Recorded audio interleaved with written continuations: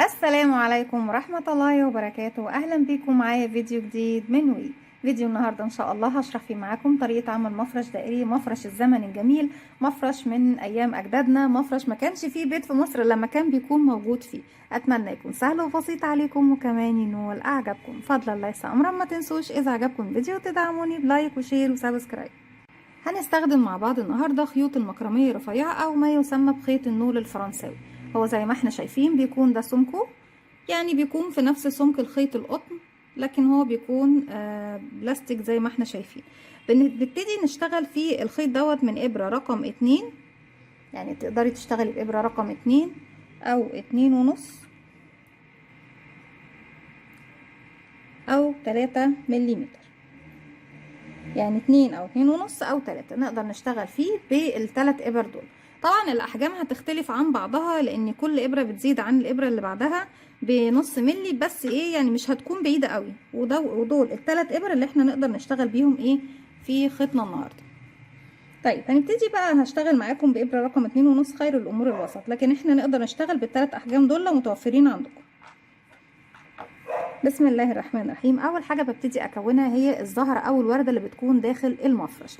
طيب الزهره او الورده دي احنا ممكن نكونها من 6 ورقات او من 8 ورقات او من اي عدد احنا حابين.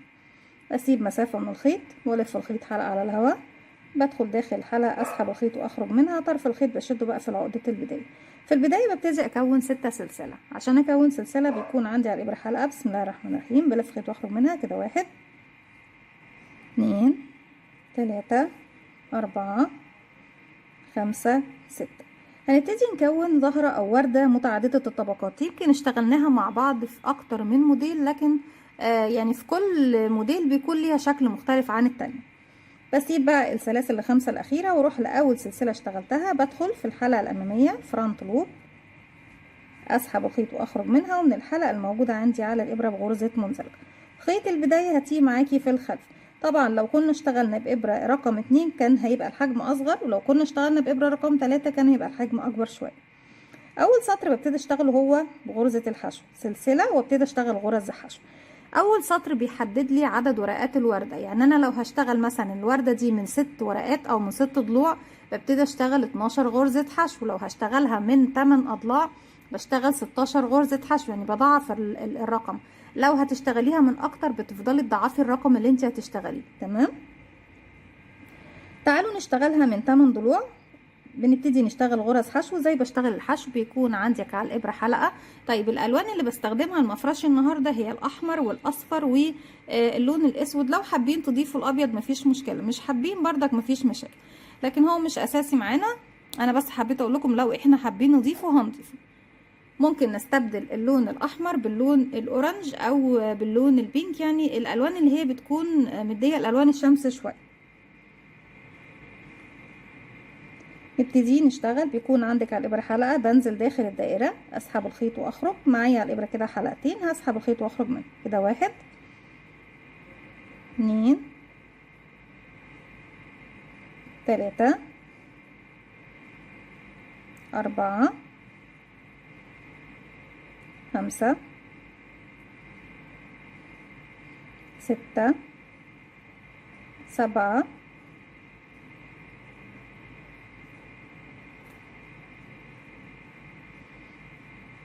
8 9 10 11 12. ده لو انا هشتغل ب6 ورقات، لا احنا عايزين نشتغل ب8، فهنزود كمان 13 14 15 16، يعني ضعف العدد 8. بنخلي العدد 8 مرتين. معايا كده 16 غرزة حشو زي ما قلنا مع بعض. برجع تاني وبكرر كلامي، لو هتشتغلي ب6 ورقات للزهرة بتبتدي تشتغلي 12 حشو بس. اول غرزة اشتغلتها باجي هنا اهو تحت حرف الفي، بدخل اسحب الخيط واخرج منها، ومن تحت الحلقة اللي عندي على الابرة بغرزة منزلقة. خيط البداية لو انا حاسة ان هو فيه اي كلكعة نبتدي ننظف شغلنا من البداية.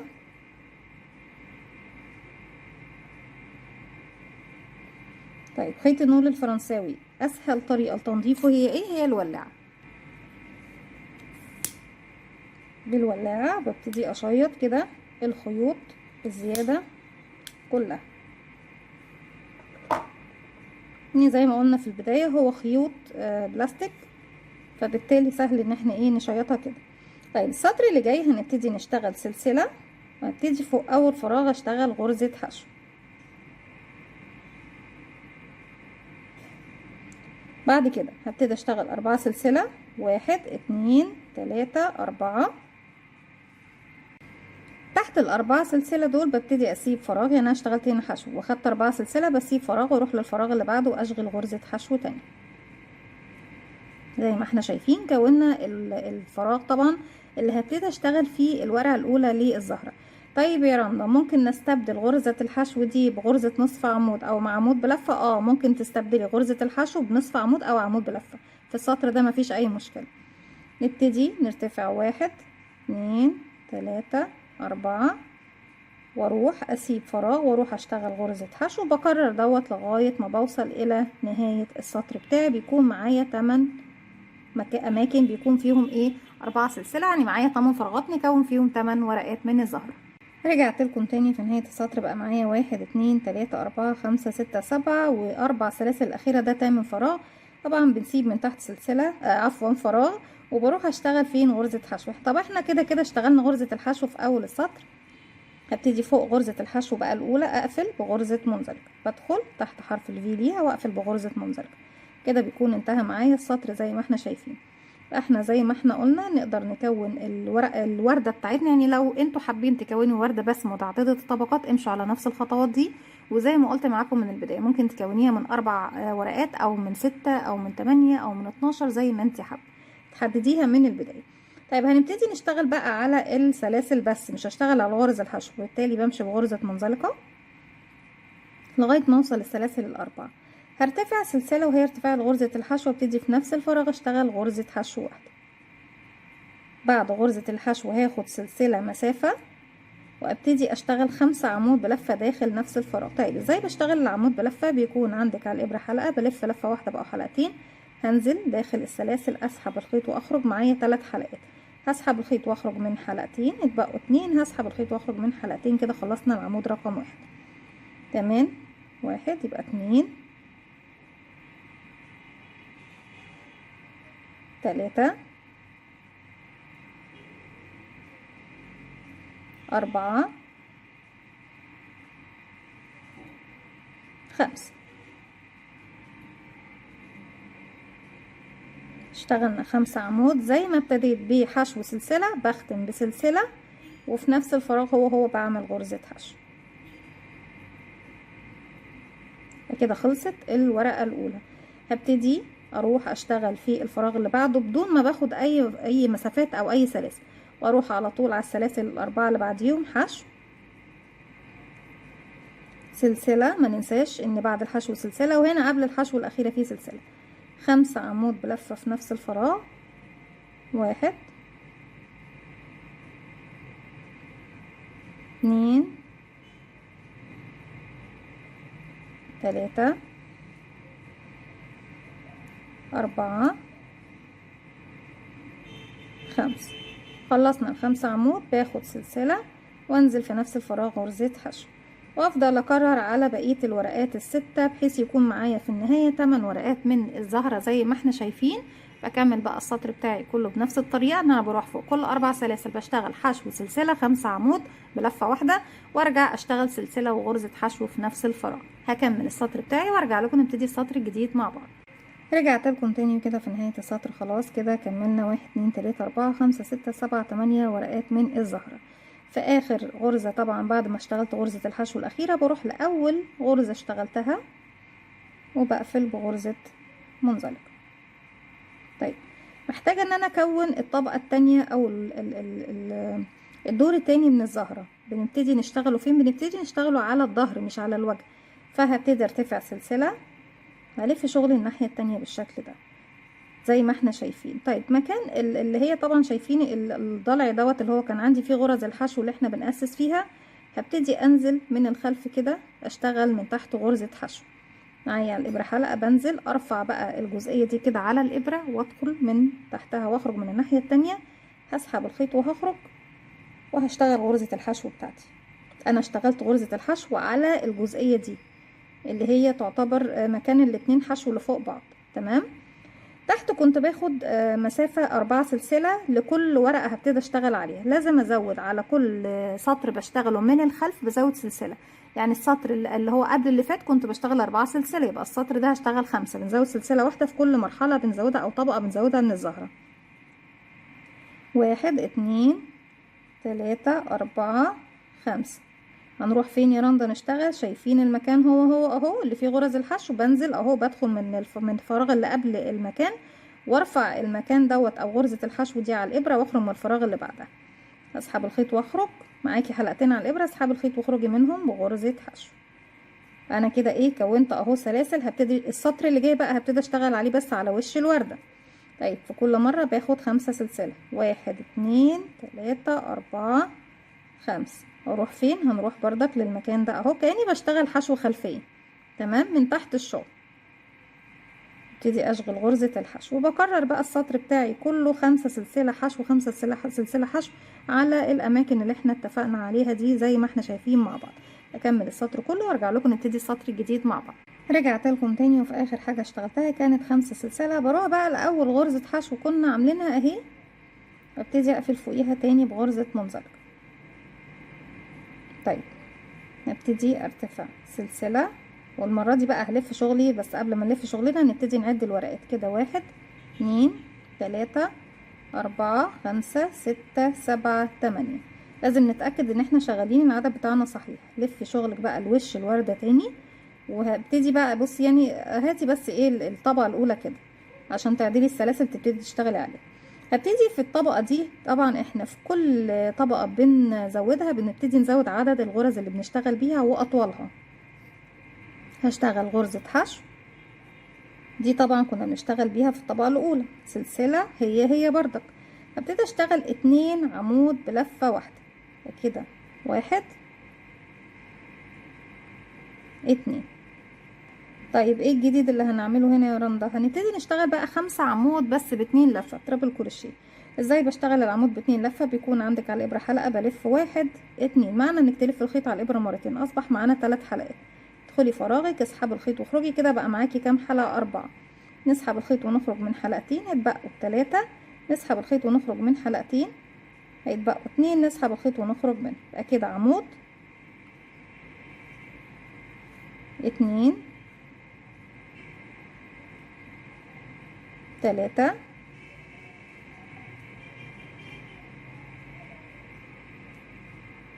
4.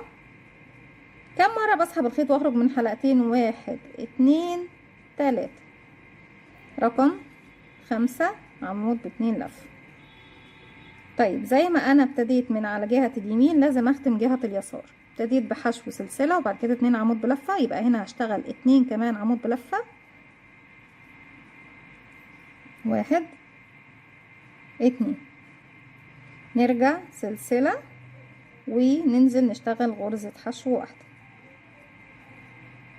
خلصت كده الورقة الاولى معايا اهي، ولما هجيب الورقة التانية فوقيها بيكون ده طبعا الشكل زي ما احنا شايفين. السلاسل بتديني فراغ كده بيحسسك طبعا ان الطبقة ايه الوردة عندنا زي ما احنا شايفين. الطبقات بتكون بعيدة عن بعضها بشكل جميل جدا ومورق زي ما احنا شايفين. طيب نرجع تاني للسلاسل اللي بعدها. هي بكرر حشو سلسلة 2 عمود بلفة 2 دبل كروشيه 1 2 5 دبل كروشيه يعني 5 عمود ب2 لفة. 1 2 3 4 5. نرجع 2 دبل كروشيه 1 2 سلسلة 1 تشين بعد كده 1 سنجل كروشيه يعني غرزة حشو واحدة. وارجع بقى اكرر على بقية الورقات بنفس الطريقة بنفس العدد اللي احنا قلناه مع بعض. اكمل بقى السطر بتاعي او المرحلة بتاعتي دي وارجع لكم نكمل المرحلة اللي جاية وهتكون في خلف الزهرة. رجعت لكم تاني وزي ما احنا شايفين كده خلاص الطبقة رقم 2 من الزهرة بتاعتنا اهي. بصوا قد ايه جميلة.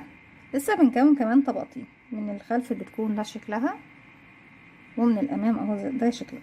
طيب بعد ما خلصت اخر غرزة حشو بردك بروح اقفل فوق اول غرزة اشتغلتها في السطر اللي بتكون اول ورقة اشتغلناها بغرزة منزلقة. هنرجع تاني نشتغل بقى على خلف الزهرة. قبل ما ابتدي اشتغل على خلف الزهرة عشان ابتدي اعرف اتحرك برتفع سلسلة. لفي شغلك بقى الناحية التانية. هنا هشتغل بردك بشكل خلفي، بس هشتغل فين؟ انا تحت كنت بشتغل على المكان ده، هنا انا هشتغل على المكان اللي كان عندي في الطبقة التانية. شايفين يا بنات فين هو؟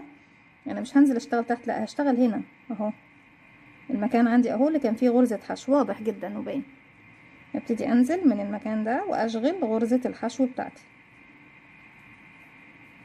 ناخد بالنا ان احنا ما نشتغلش على الطبقة الاولى، بشتغل على ايه؟ الطبقة التانية. الطبقة الاولى اهي والطبقة التانية اهي باينين يا بنات. بصوا حتى اهو دي كده الطبقة الاولى.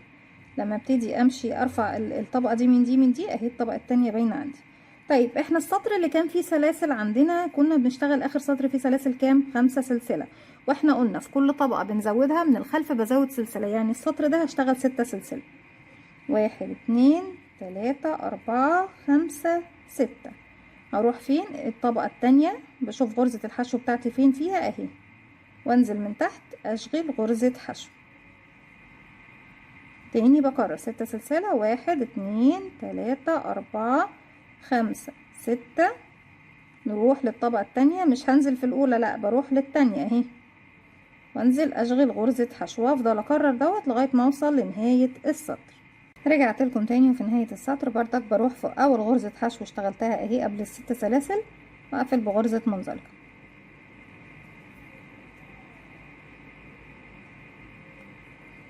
هنبتدي نشتغل على وش الزهرة، بس نعد 1 2 3 4 5 6 7 8. لازم تتأكدي من عدد السلاسل بتاعتك.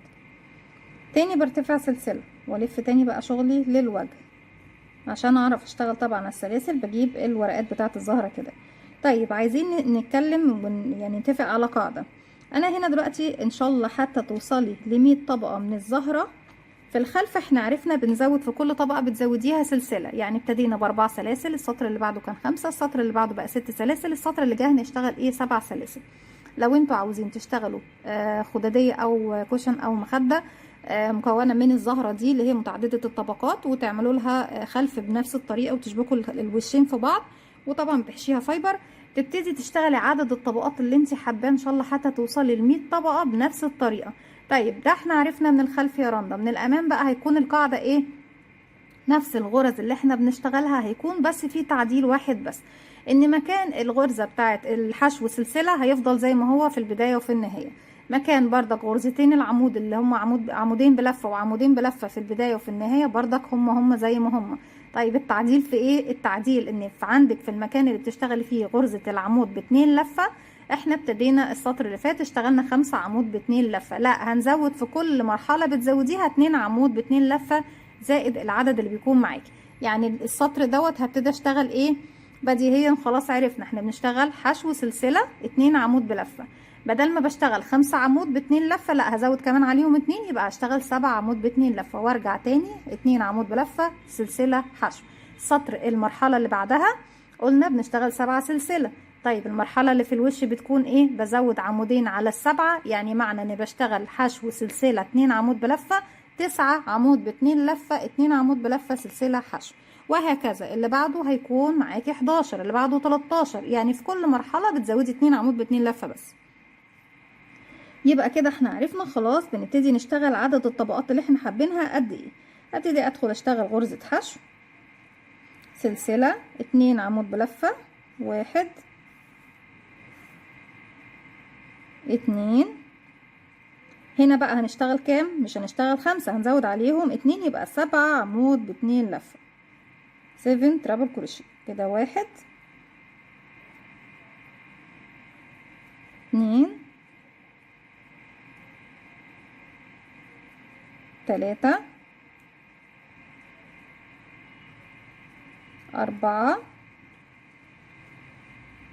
5 6 7. اختم الورقة بتاعتي ب2 عمود بلفة، 1 2. بسم الله الرحمن الرحيم.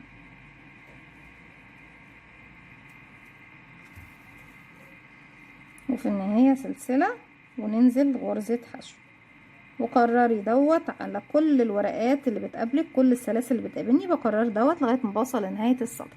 هرجع اشتغل السطر اللي بعده، هبتدي اقفل هنا في اول غرزة اشتغلتها بمنزلقة، واشتغل سلسلة واقلب الوش الناحية التانية، وابتدي اشتغل على الجزء دوت بغرزة الحشو بتاعتي زي ما احنا بنشتغل. هشتغل 7 سلسلة وارجع حشو 7 سلسلة حشو لغاية ما بوصل للنهاية، وارجع تاني ارتفع سلسلة وادور الوش للناحية التانية. هشتغل زي ما قلنا مع بعض حشو سلسلة 2 عمود بلفة، 9 عمود ب2 لفة، وبعد كده 2 عمود بلفة، وبعد كده سلسلة وحشو. هكمل بقى الطبقة دي والطبقة اللي وراها اللي فيها السلاسل، والطبقة كمان اللي هي بتكون عندي فيها الأعمدة اللي بنزود فيها. وزي ما قلنا مع بعض احنا خلاص عرفنا الطريقة بتكون ازاي، حتى لو هتكوني حتى 1000 طبقة من طبقات الزهرة وتعملي منها سجادة للأرض أو مفرش حلو جدا، يعني هيكون جميل، أو كوشنز، أو تعملي زهرات وتزيني بيها أي مفرش أو أي شال أو أي حاجة. هكمل بقى السطر دوت والسطر اللي بعده والسطر اللي بعده، وارجع لكم نبتدي نكمل مفرشنا مع بعض. رجعت لكم تاني، وزي ما احنا شايفين كده خلاص بعد ما خلصت الطبقة رقم 4، وزي ما قلنا مع بعض بالظبط طريقة شغلها، هبتدي اقفل بقى اللون الاحمر وابتدي اضيف اللون الاصفر ونكمل بقية المفرش. لو حابين تزودوا الخطوة دي مفيش اي مشكلة، زودي عدد الطبقات زي ما انت عاوزة. فاول غرزة اشتغلناها بنقفل بغرزة منزلقة، ابتدي اسحب الخيط بالشكل ده، اسيب مسافة وابتدي اقص. محتاجة طبعا ان انا انضف كل الخيوط دي في الخلف. بنجيب ابرة تكون فتحتها واسعة، ابرة المنجد او ابرة التنظيف المتوفر عندك،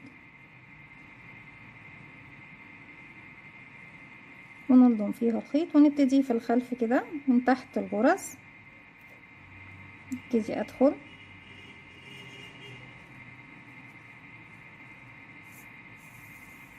هسحب الخيط كده، بس طبعا ما تشديش وما تغيريش الشكل معاكي، واسيب المكان اللي انا خرجت منه ابعد عنه شوية وارجع تاني ادخل كده، وهكذا مرة مرتين 3 لغاية ما اتأكد ان خلاص الخيط انا خفيته كويس. ابتدي اسيب بقى شوية كده من الخيط، ابتدي اقص الخيط، وبالولاعة بتاعتنا بنبتدي نقفل بقى الخيط خالص بالشكل ده. كده خلاص انا كده خلصنا اللون الاحمر وخلصنا قلب الوردة. وزي ما قلنا مع بعض بامكانك انك تغيري لاي لون انت حباه. طيب ايه الخيوط يا رمضة تاني اللي ممكن نقدر نشتغل بيها في المفرش دوت؟ الخيوط القطن بتكون ممتازة ممتازة ممتازة، بس تاخدي بالك من انواع الخيوط اللي بتكون الوانها بتبهت، لان زي ما احنا شايفين المفرش معتمد على الوانه، يعني الالوان اللي هي الصريحة فيه بتكون هي بصراحة اللي بتدينا النتيجة اللي احنا بنكون عاوزينها.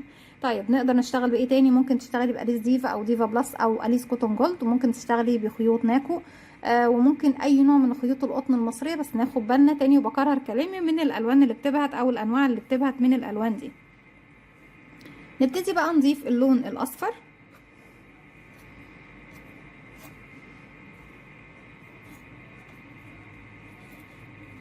هسيب مسافة بسيطة كده من الخيط، او نسيب مسافة نقدر طبعا ان احنا نخفيها من الخيط، وابتدي اقفل الف الخيط. بصوا بالشكل ده، اجيبه كده حلقة على الهواء وادخل داخل الحلقة الف الخيط واخرج منها، بقفلها عقدة بداية. طيب نجيب بقى ورقة من ورقات الوردة، هبتدي اعد 1 2 3، بسيب ال3 فراغات الاولى وبنزل من تحت الفراغ رقم 4، اسحب الخيط واخرج معايا كده على الابرة حلقتين، بسحب الخيط واخرج منهم بغرزة حشو زي ما احنا شايفين. ارتفع 15 سلسلة. بسم الله. 1 2 3 4 5 6 7 8 9 10 11 12 13 14 15. طيب من تحت يا بنات انا اشتغلت هنا، هعد 1 2 3، هسيبهم في رقم 4، هعمل غرزة حشو تاني 15 سلسلة. 1 2 3 4 5 6 7 8 9 10 11 12 13 14 15. هبتدي اعد 1 2 3 وفي رقم 4 بشتغل بالشكل ده اهو. تاني 1 2 3 4 5 6 7 8 9 10 11 12 13 14 15. ببتدي اروح للورقة التانية هنا خلاص، بسيب الفراغات الباقية. ابتدي تاني 1 2 3 بسيبهم واروح لرقم 4 اعمل غرزة حشو، وهكذا ببتدي اشتغل بنفس الطريقة زي ما احنا شايفين. يعني بشتغل كام غرزة حشو فوق الورقة الواحدة؟ 3 مرات غرز حشو، حشو سلاسل، حشو سلاسل، حشو، وارجع اروح اشتغل ايه في الورقة اللي بعدها بنفس الطريقة زي ما احنا شفنا، 15 سلسلة حشو 15 سلسلة حشو لغاية ما اوصل لنهاية السطر. رجعت لكم تاني وزي ما احنا شايفين اصبح كده معانا كام جزء من السلاسل دي؟ بقى معايا 24. ادي كده 1 2 3 4 5 6 7 8 9 10 11 12 13 14 15 16 17 18 19 20 21 22 23 24. كده خلاص بنبتدي نقفل في نفس المكان اللي احنا ابتدينا منه. هو اول غرزة حشو لينا،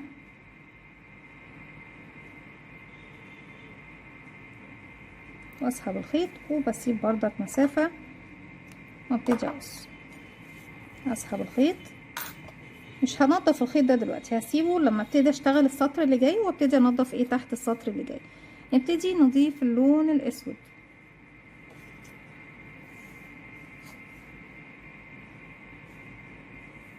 مش محتاجة اسيب مسافة كبيرة، انا ممكن انضفها في السطر اللي جاي. نقفل عقدة بداية. هبتدي بقى اجيب السلاسل دي، نعد من السلاسل ال15 1 2 3 4 5 6 7 ورقم 8 بدخل فيها واعمل غرزة حشو. هبتدي ارتفع من 7 ل9، يعني ممكن تشتغلي 7 سلاسل او 9 سلاسل، نخليهم 9. 1 2 3 4 5 6 7 8 9. هروح للسلاسل اللي بعدها ونعد 1 2 3 4 5 6 7 بسيبهم واروح لرقم 8 اللي هي الغرزة اللي عندي في النص، لان احنا لو عدينا جهة اليسار 1 2 3 4 5 6 7 هنلاقي بردك سيبنا 7. بسيب 7 على اليمين و7 على اليسار وابتدي اشتغل غرزة حشو. وهنا في المنتصف اشتغلت كام؟ اشتغلت 9 غرزة سلسلة. تاني بكرر 1 2 3 4 5 6 7 8 9، وزي ما قلنا مع بعض ممكن نخليهم كمان 7. طيب انا ممكن ازود يا رندا؟ ممكن تزودي مفيش مشكلة، بس مش كتير يعني. 1 2 3 4 5 6 7 بسيبهم ورقم 8 بشغل غرزة حشو. بكرر دوت لغاية ما بوصل ايه لنهاية السطر. احنا هنبص كده نلاقي ان اللون الاسود ده يبتدي يسحب معايا بقى الشغل، ونبتدي نعمل الجزء اللي هو بشكل الزجزاج. رجعت لكم تاني وزي ما احنا شايفين في نهاية السطر وكده خلاص انا نضفت اللون الاصفر. ببتدي فوق غرزة الحشو بقفل بغرزة منزلقة. عاوزة ابتدي اشتغل من عند السلاسل. هنجيب بقى الخيط الاسود معانا كده قدام ونمشي لغاية السلاسل بمنزلقة ونرتفع 1 2 3 سلسلة، وهبتدي اشتغل فوق كل غرزة من الغرز. عندي هنا غرزة عمود بلفة. طيب احنا عندنا 9 سلسلة وممكن نعمل 11 وممكن نعمل 13، يعني انتي تقدري السلاسل دي توصليها لغاية 13 سلسلة. بنشتغلهم ازاي يا بنات؟ احنا اشتغلنا كده على اول سلسلة عمود، تاني سلسلة كمان عمود، وعمود في تالت سلسلة، وعمود في رقم 4. طيب رقم 5 اللي هي بتكون عندي في منتصف السلاسل، ولما نبتدي نعد 1 2 3 4 5 اهي هبتدي اشتغل في رقم 5 كام غرزة عمود بلفة؟ 3. 1 كمان مرة في نفس الفراغ، 2 كمان مرة في نفس الفراغ، 3. نرجع نشتغل 4 عمود على 4 سلسلة عندي، والخيط طبعا اللي هو الاسود اهو بنخفيه معانا. 1 2 3 4. خلاص انا هكتفي بقى بالخيط الاسود ده كده. اي جزء متبقي لازم طبعا ان احنا نشيطه زي ما احنا عارفين بالشكل ده. طيب هنبتدي نروح تاني للسلاسل اللي جاية. هنبتدي اشتغل 4 عمود، 1 2 3 4، وندور على الغرزة اللي في المنتصف. 1 2 3 4 دي رقم 5 احنا واقفين عندها طبيعي. نشتغل فوقيها 3 عمود، 1 2 3 في نفس الفراغ، وارجع تاني بقى من فوق السلاسل نفسها 4 عمود، 1 2 3 4، وبفضل اكرر دوت لغاية ما بوصل الى نهاية السطر بتاعي بنفس الطريقة. بكده بنكون طبعا ابتدينا نكون الجزء الزجزاج بتاعنا. هكمل لغاية نهاية السطر بنفس الطريقة وارجع لكم نكمل مع بعض. رجعت لكم تاني، وفي نهاية السطر زي ما احنا شايفين بنبتدي نقفل بغرزة منزلقة فوق تالت سلسلة ارتفاع للعمود الاول. ابتدي تاني اشتغل فوق كل عمود عمود بارتفاع 1 2 3 سلسلة، وبعتبرهم اول عمود فوق اول عمود. فوق تاني عمود بشتغل عمود بلفة 1 عمود كده رقم 3، ده عمود رقم 4. طيب هنا وصلنا للثلاث اعمدة اللي في المنتصف. هاخد اول عمود اشتغل عليه عمود واحد بس. العمود اللي في المنتصف اللي هو في منتصف الاعمدة بشتغل عليه 3 عمود، 1 كمان مرة في نفس الفراغ، 2 كمان مرة في نفس الفراغ، 3. ممكن التلاتة دول نخليهم كمان 4، يعني ممكن لو حابة تزودي شكل الوردة شوية اللي هي الجزئية دي تخليهم 4 عمود. نبتدي نشتغل بعد كده 1 العمود اللي هو رقم 3 بشتغل عليه 1، واللي بعده بقى كده 2 3 4، والعمود اللي باقي يبقى كده 5.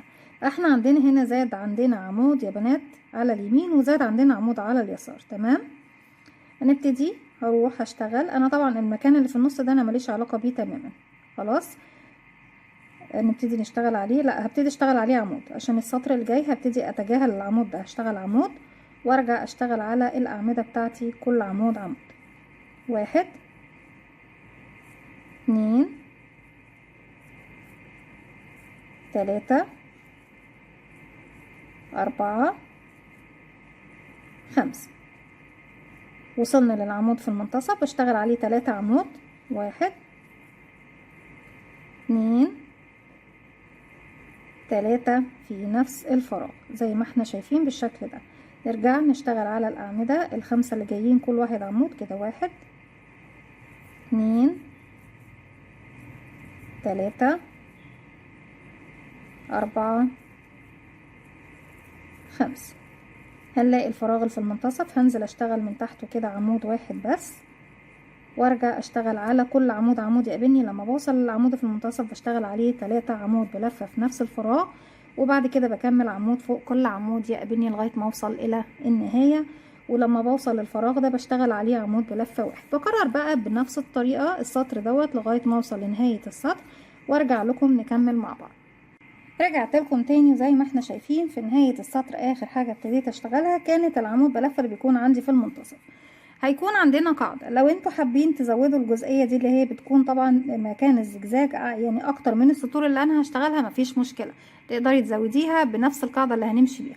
ان السطر هنبتدي نشتغل على الفراغ اللي في المنتصف ده عمود، ونبتدي نشتغل بنفس الطريقة ان انا بشتغل عمود على كل عمود لغاية ما بوصل للعمود اللي في المنتصف بشتغل عليه 3 عمود، وارجع تاني عمود على كل عمود في الفراغ اللي في المنتصف بشتغل عمود. ده السطر اللي احنا بنشتغل فيه عمود في المنتصف. والسطر اللي بعده هتجاهل العمود اللي في المنتصف ده، مش هشتغل عليه خالص، وهشتغل بس على جزء الزجزاج. طيب تعالوا نرجع بس العمود الاخير دوت نبتدي نغير اللون. هنشتغل نصف العمود بس، يعني بشتغل بلف الخيط على الابره، بدخل فراغ اللي في المنتصف، اسحب الخيط واخرج. معانا كده على الابره 3 حلقات، هسحب الخيط واخرج من حلقتين، وهسيب الحلقتين اللي هما باللون الاسود، واسيب كمان الخيط الاسود، واجيب بقى اللون الجديد اللي هبتدي اضيفه. اقفل عقدة بداية واسحب الحلقة الجديدة من تحت الحلقتين اللي عندي على الابرة. اخد اطراف الخيوط كلها معايا في الخلف كده، وابتدي اروح لاخر سلسلة من العمود الاول واقفل بغرزة منزلقة. طيب كده خلاص، اسيب مسافة بسيطة من الخيط الاسود وابتدي اقص.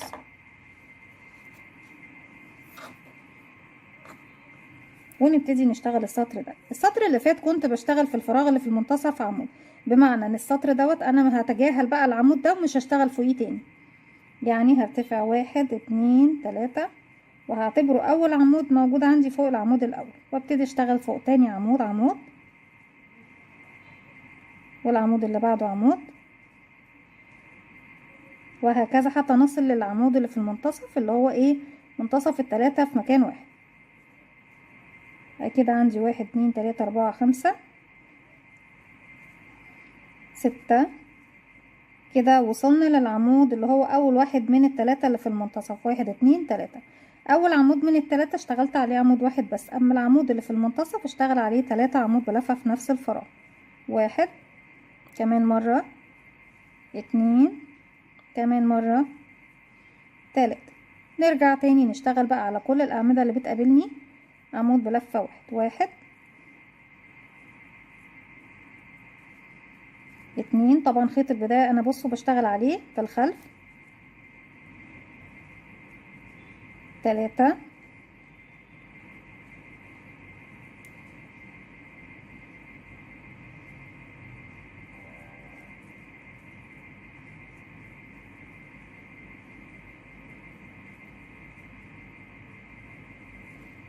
4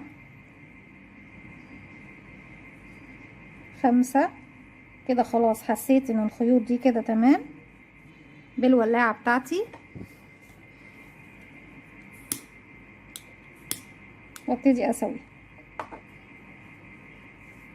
يبقى احنا هنا بعد ما اشتغلت الزاوية اللي بتكون عندي فيها 3 عمود، اشتغلت 1 2 3 4 5 6، وهبص الاقي بقى موجود عندي، فاكرين العمود اللي كنت بشتغله تحت في المنتصف انا هتجاهله مش هشتغل فيه، الف الخيط على الابرة. العمود ده اللي عندي في النص هنا بسيبه مش هشتغل فيه، واروح للعمود اللي بعده وابتدي تاني اشتغل عمود 2 3 4 5 6. بيكون اول عمود موجود معايا من المجموعة اللي كانت 3 عمود مع بعض من تحت. 1 2 3، اول واحد اشتغلت فوقيه عمود واحد، اللي في المنتصف بشتغل فوقيه 3 عمود. 1 2 كمان مرة، 3 في نفس الفراغ. نرجع تاني نشتغل على ال6 عمود اللي جايين 6 زيهم. 1 2 3 4 5 6. نلف الخيط على الابرة، بسيب عمود واروح ابتدي بقى ايه للمجموعة اللي بعدها، اشتغل العمود اللي بعدها وبكرر بنفس الطريقة. طيب لو انتوا يا بنات حابين بقى سطر كمان او اكتر من سطر كمان بمنطقة الزجزاج دي، بنشتغل بنفس الطريقة اللي احنا قلنا عليها. السطر اللي قبل يعني السطر ده بشتغله زي ما احنا شفنا، بتجاهل العمود اللي في المنتصف واشتغل بنفس الطريقة، عمود فوق كل عمود، وفي الزاوية بشتغل 3 عمود في نفس الفراغ، وارجع عمود فوق كل عمود واسيب العمود اللي في المنتصف هنا. السطر اللي بعده هبتدي اشتغل في الفراغ اللي في النص هنا يا بنات، تمام؟ يعني سطر بشتغل في الفراغ والسطر اللي بعده بتجاهل الفراغ، لكن المكان بتاع الزجزاج هو بشتغله بنفس الطريقة. هكمل بقى السطر كله بنفس الطريقة وارجع لكم نشتغل سطر كمان بغرزة الحشو. وزي ما قلت لكم لو حابين تكبروا جزء الزجزاج ده مفيش اي مشكلة، ان شاء الله حتى تشتغلي 20 سطر زي ما انت عاوزة، وارجع لكم بعد كده نشتغل السطر اللي جاي والسطرين الاخيرة اللي هي طبعا عندنا في المفرش. رجعت لكم تاني، وفي نهاية السطر بنبتدي تاني في اخر غرزة عمود بنبتدي نشتغلها، بنبتدي نغير اللون للون الاحمر. طيب في الموديل الباترون بيقول ان احنا بنشتغل السطر دوت بغرزة الحشو. انا حابة ان احنا نشتغله بغرزة العمود بلفة، يعني ممكن تغيري من غرزة العمود لغرزة الحشو لغرزة النصف عمود زي ما انت عاوزة. هنا دلوقتي فاضل لي انا كده فاضل لي 1 2، هسيب ده طبعا مش هنشتغله، لكن دوت بنبتدي نشتغله ونبتدي نغير اللون للون الاحمر. ان انا طبعا في العمود في اخر حلقتين ببتدي اجيب بقى لون جديد.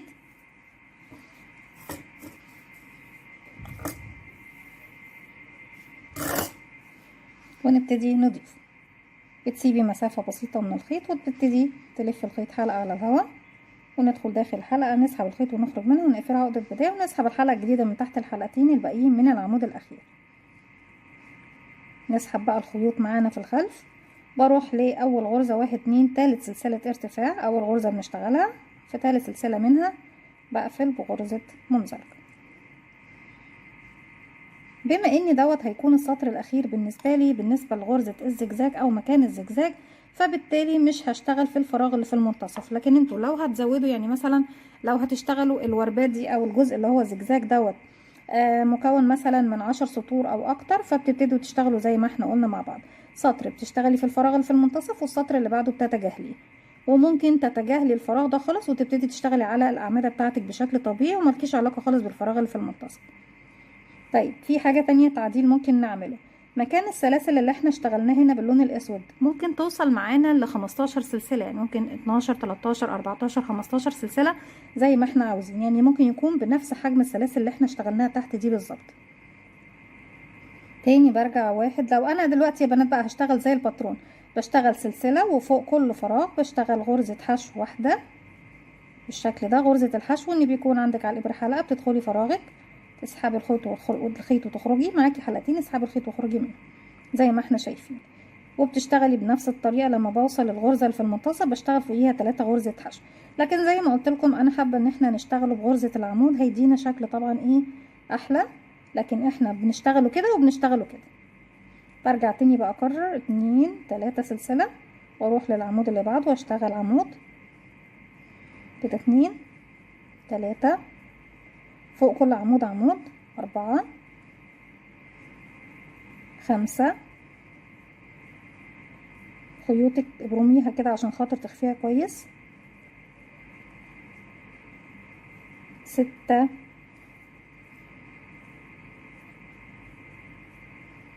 وكمان 1 يبقوا 7. طيب كده اشتغلنا 7. اتبقى لي بقى العمود اللي في المنتصف ال3 هشتغل فوقيه 3 عمود بلف في نفس الفراغ 1 2 3. ارجع اشتغل على الاعمده اللي جايه 7 عمود 1 2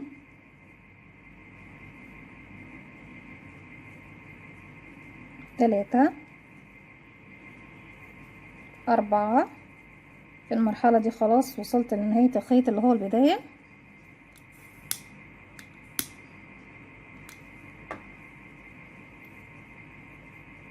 كده 1 2 3 4 5 6 7. طيب هنا انا في المنتصف هشتغل؟ لا مش هشتغل، هبتدي اروح على طول، يعني انا مش هشتغل في الحته دي وارجع اشتغل في العمود ده، لا هشتغل في العمود على طول. 1 2 3 4 5 6 7. نرجع في المنتصف 3 عمود في نفس الفراغ 1 كمان مرة 2 كمان مرة 3. نرجع 7 عمود على ال7 عمود اللي جايين 1 2 3 4 5 6 7. وافضل تاني بقى اكرر لغاية ما اوصل للنهاية زي ما احنا شايفين بالشكل ده. بصوا السطر طبعا العمود بيدينا ايه، بيزود شكل الوربات معانا اكتر واكتر. لو انتوا حابين الجزئية دي يكون فيها زاوية هتبتدي في تشتغلي بدل ما تشتغلي 3 عمود، لا ممكن نشتغل 2 عمود 2 سلسلة 2 عمود بحيث يكون معاكي زاوية كده في المنتصف. لكن احنا اشتغلنا بالشكل دوت بالموديل بتاعنا زي ما هو زي ما احنا شايفين. بكمل بقى لغاية ما بوصل لنهاية السطر وارجع لكم نبتدي نشتغل اخر سطرين مع بعض.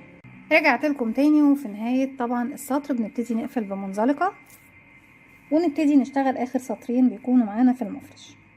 زي ما قلت لكم المرحله اللي هي فيها شكل الزجزاج بتاعتنا دي انت ممكن تفضلي تشتغلي زي ما انت عاوزه عدد السطور اللي انت حباه. في النهايه بتشتغلي اخر سطرين هنشتغلهم دلوقتي، 1 2 3 سلسله ارتفاع ببتدي اقفل فيها بغرزه منزلقه. طيب محتاجه بقى السطر دوت نبتدي نشتغل على الغرزه اللي في المنتصف، فبضطر ان انا امشي بمنزلقه 1 2 3 4 5 6 رقم 7 كمان، وابتدي بقى اغير اللون تاني للون الاسود. نقدر طبعا نقطع الخيط في نفس المكان اللي احنا وصلنا فيه بغرزة منزلقة الاولى، وبعد كده ايه نخفي الخيوط كلها، لكن انا حبيت ان احنا نمشي بمنزلقة عشان واحنا شغالين نخفي الخيط معانا. بسحب الحلقة الجديدة كده وبعد كده ببتدي امشي بمنزلقة لغاية الغرزة اللي في المنتصف. انا كده اضفت اللون الجديد،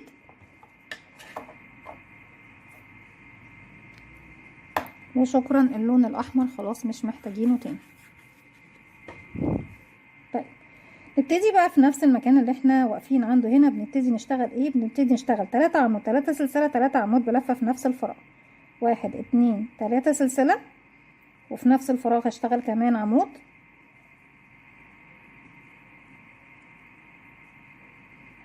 وكمان عمود بلفة، هناخد 3 سلسلة 1 2 3، وكمان مرة في نفس الفراغ 3 عمود بلفة، 1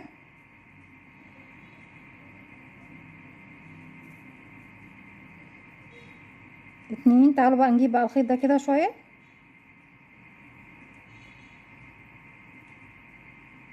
ارجعه كده والف الخيط، و 3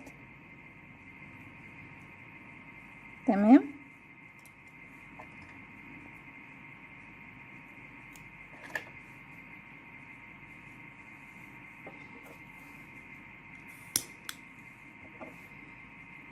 طيب كده اشتغلنا في المكان ده زي ما احنا شايفين زاوية. عارفة ما بين الزاوية والزاوية انا هسيب بقى كل الاعمدة دي واخد بردك العمود في المنتصف هنا. هاخد كام سلسلة؟ 1 2 3 4 5 6 7، واروح تاني الف الخيط على الابرة، بسيب كل الاعمدة دي واروح للعمود اللي هو في منتصف التلاتة، واشتغل زاوية تانية مكونة من 3 عمود، بحيث ان انا عايزة كل اللي يكون مشدود معايا هي الوربات دي كده يا بنات، هتكون هي اللي مسحوبة معايا لفوق. 2 3 1 2 3، كمان مرة في نفس الفراغ 1 2 3، 7 سلسلة 1 2 3 4 5 6 7، وارجع تاني اكرر الف الخيط على الابرة، بسيب كل الاعمدة وبروح للاعمدة الثلاثة اللي في المنتصف، باخد العمودة في المنتصف عفوا، واشتغل عليه 3 عمود 3 سلسلة 3 عمود بلف عفوا، وبكمل السطر بتاعي بنفس الطريقة، بحيث ان انا طبعا كل اللي مطلوب معايا ان تكون عندك الزاوية هي اللي مرفوعة لفوق بالشكل ده، هي اللي بتكون ايه واخدة شكل الوربة معايا. بكمل السطر بتاعي بنفس الطريقة وارجع لكم نكمل مع بعض. رجعت لكم تاني وكده خلاص بنكون وصلنا للسطر الاخير، وزي ما احنا شايفين قد ايه المفرش مميز وجميل والوانه تحفة جدا. هنبتدي بعد اخر 7 سلسلة اشتغلناهم، بروح لاول عمود اشتغلته في 3 سلسلة ارتفاع، ببتدي اقفل بغرزة منزلقة. طيب ببتدي اشتغل فين في بداية السطر الجديد؟ في ال3 سلاسل اللي هما تعتبر عندي في الزاوية هنا، بمعنى ان همشي بمنزلقة كده 1 2 3، بالاضافة طبعا بالمنزلقة اللي انا اشتغلتها ايه عشان اقفل بيها، وارجع تاني اكرر نفس النظام 3 عمود 1 2 3 سلسلة، وكمان 2 عمود بلفة كده 1 2، يبقى كده اشتغلنا 3 عمود 3 سلسلة 1 2 3، وارجع تاني في نفس الزاوية اللي فيها 3 سلاسل 3 عمود بلفة 1 2 3. طيب احنا ما بنشتغلش على الاعمدة نفسها، انا بس بشتغل في الزاوية زي ما احنا شايفين. داخل ال3 سلاسل اشتغلت 3 عمود 3 سلسلة 3 عمود بلفة. فوق بقى السلاسل عندي هنا اللي هم ال7 دول، ببتدي اخد 3 سلسلة 1 2 3، وهروح للسلاسل اللي تحت عندي ابتدي اعد 1 2 3 بسيبهم، وفي رقم 4 ببتدي اشتغل غرزة حشو بالشكل ده اهو، وارجع 1 2 3، واروح تاني اشتغل فين؟ في الزاوية اللي فيها 3 سلاسل، 3 عمود، 3 سلسلة، 3 عمود بلفة. 1 2 3 1 2 3 سلسلة، كمان مرة 1 2 3. تاني برجع اكرر نفس الخطوة اللي احنا بنشتغلها هنا. لو حاسة ان عدد السلاسل قليل زودي سلسلة، مش هيحصل اي حاجة. 1 2 3 او 4 زي ما بقولكم، لو حابين تزودوا سلاسل مفيش مشكلة. بعد 1 2 3 بسيبهم، رقم 4 بنزل اشغل فوقيها غرزة حشو، وارجع 1 2 3 وارجع تاني اكرر في الزاوية اللي بعدها 3 عمود، 3 سلسلة، 3 عمود بلفة. وبكده طبعا بنكون وصلنا للسطر الاخير في مفرشنا النهاردة، او الفكرة بتاعتنا النهاردة. اتمنى تكون سهلة وبسيطة عليكم وكمان تنول اعجابكم. بنكمل السطر بتاعنا بنفس الطريقة لغاية ما اوصل للنهاية. بقفل بمنزلقة فوق اول غرزة عمود بلفة اشتغلته في ثالث سلسلة. فضل الله يسمر. ما تنسوش بقى اذا عجبكم الفيديو تدعموني بلايك وشير وسبسكرايب، واستنوني في فيديو جديد من وي. متنسوش كمان تفعلوا زرار الجرس يوصلكم مني كل جديد. السلام عليكم ورحمة الله وبركاته.